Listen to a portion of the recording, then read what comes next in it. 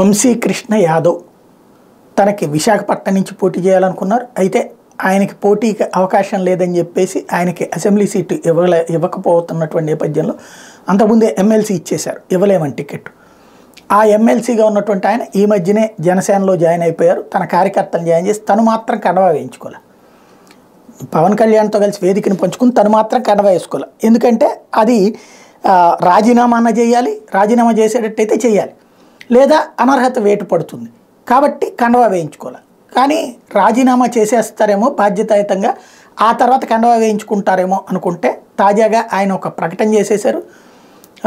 కీలకమైనటువంటిది ఇది ఏంటంటే ఎమ్మెల్సీ పదవికి రాజీనామా చేయనని చెప్పారు. ఇప్పటివరకు పార్టీ మారిన వాళ్ళు ఎవరైనా రాజీనామా చేస్తే నేను వెంటనే చేస్తా, నన్ను ఎవరైనా రాజీనామా చేయాలని నీతివంతులు ఉంటే వాళ్ళకి నేను సమాధానం చెప్తా అన్నటువంటి. అది నీతివంతులా కాదన్నట్టు మనం తేల్చుకోవాలి. ఇప్పుడు శ్రీదేవినో లేకపోతే కనుక ఆయన పేరేంటి కోటరెడ్డి శ్రీధర్ రెడ్డి, మేకపాటు, తర్వాతన ఇది ఆనమ్ము, ఇట్లాంటి నలుగురు కూడా పార్టీని ధిక్కరించి వెళ్ళారు. వాళ్ళు రాజీనామాలు చేయలేదు అసెంబ్లీకి.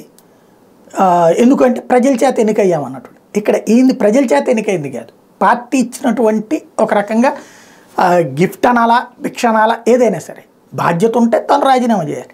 అలాగా కొంచెం చేయని ఎవరికి దమ్ముందో చెప్పండి అంటే ఏముంటుంది. ప్రస్తుతం యాదవ్ కాబట్టి, యాదవ్ సామాజిక వర్గం కాబట్టి అందులో బీసీలకి గౌరవం ఇస్తున్నామని ఇటు సీట్లు ఎక్కువ ఇస్తున్నారు కాబట్టి ఈ టైంలో తనను తీయరన్నటువంటి ధైర్యం అయింది. మరి ఏం చేస్తారో చూడాలి.